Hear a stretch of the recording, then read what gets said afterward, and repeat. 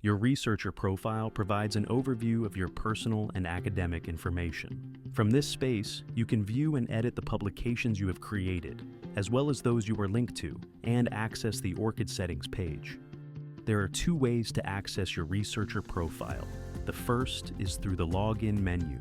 To do so, click on the Login menu in the top right corner of the home page, then select My Account and Profile. You will be redirected to a page titled User Account. To access the full view of your profile, click on View.